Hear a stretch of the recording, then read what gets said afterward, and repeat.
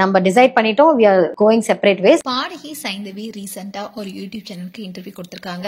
அதுல ஜிவி பிரகாஷ பிரிந்து வாழ்வது குறித்தும் அதோட மகள் அன்பி குறித்தும் டிவோர்ஸ்க்கு அப்புறமா கூட ஜிவி பிரகாஷுடன் எப்படி நட்பா இருக்காங்க என்பது குறித்து மனம் விட்டு பேசியிருக்காங்க சைந்தவி. அந்த விஷயம் தான் இப்ப பேசும் பொருளா இருக்கு. இசையமைப்பாளர் அந்நடிகரான ஜிவி பிரகாஷ் அவருடைய பள்ளி தோழியான சைந்தவிய பல வருடங்களா காதலிச்சு 2013 திருமணம் செய்துக்கிட்டாரு. 11 வருடம் இணை பிரியாம வாழ்ந்துட்டு வந்த இவங்க போன வருடம் தான் பிரிந்தாங்க. இவங்களுக்கு அன்பி என்ற 5 வயது மகளும் இருக்காங்க. பிரியும் போது 2 பேருமே ஒருத்தருக்கு ஒருத்தர் குறை சொல்லவோ இல்ல சோசியல் மீடியால சண்டை போடுறதுன்னு எதுவுமே இல்லாம அமைதியா இருந்தாங்க. இந்நிலைதான் சைந்தவி அவங்களுடைய விவாகரத்து முடிவு பத்தியும் மகள் பத்தியும் வெளிப்படையா பேசியிருக்காங்க. அந்த விஷயம் தான் பலருடைய கவனத்தையும் ஈர்த்திருக்கு. அந்த இன்டர்வியூல சைந்தவி என்ன சொல்லியிருந்தாங்கன்னா, நாங்க 2 பேரும் பிரிந்தாலும் கூட ஒருத்தர் இன்னொருத்தர் மேல ரொம்பவே மரியாதை வச்சிருக்கோம். எங்களுடைய திருமண வாழ்க்கை முறிந்தாலும் எங்களுக்கு இடையான நட்பு இன்னும் தொடர்ந்துட்டு தான் இருக்கு. 2 பேரும் இணைந்துதான் கான்சர்ட்ல கூட பாடியிருந்தோம்.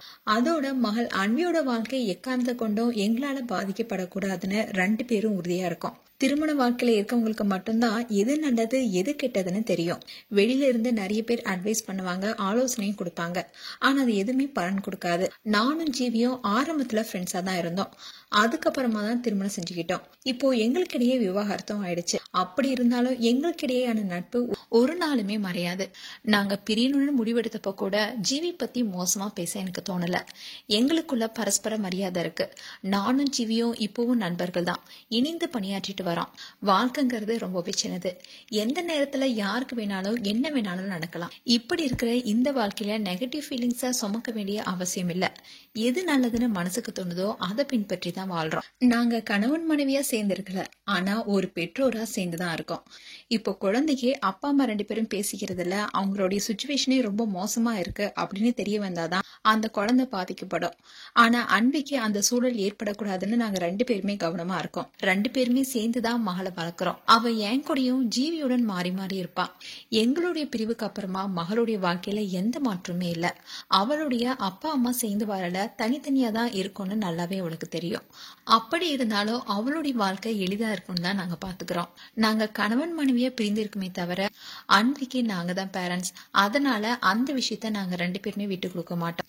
வெளியிருந்து பாக்குற பலரும் இப்படி செஞ்சிருக்கலாம் அப்படி செஞ்சிருக்கலாம்னு பல ஆலோசனை சொல்லுவாங்க. ஆனா இந்த விஷயத்துல சம்பந்தப்பட்டவங்களுக்கு மட்டும்தான் உண்மை என்னன்னு தெரியும். மகளுக்கு தான் நாங்க அதிகமா முக்கியத்துவம் கொடுக்கிறோம். அவளுக்காக எங்களுடைய அன்புல எந்த குறையுமே இல்ல. அன்பி எப்பெல்லாம் அவங்க அப்பாவை பார்க்கணும்னு தோணுதோ அப்பெல்லாம் அவங்க போயிடுவா. வீக்கெண்ட்ல அவங்க அப்பா கூட கண்டிப்பா ஸ்பெண்ட் பண்ணுவா.